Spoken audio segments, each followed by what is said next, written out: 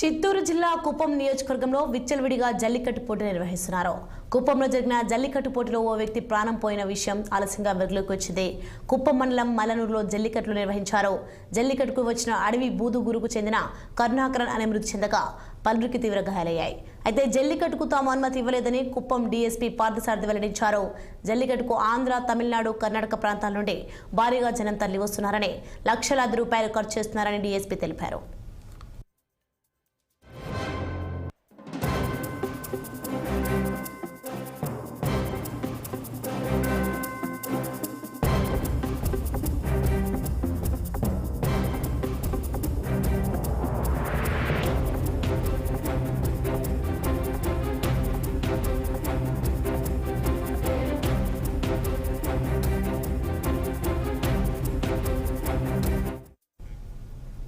నాగర్ కర్నూలు జిల్లా దోమలపెంట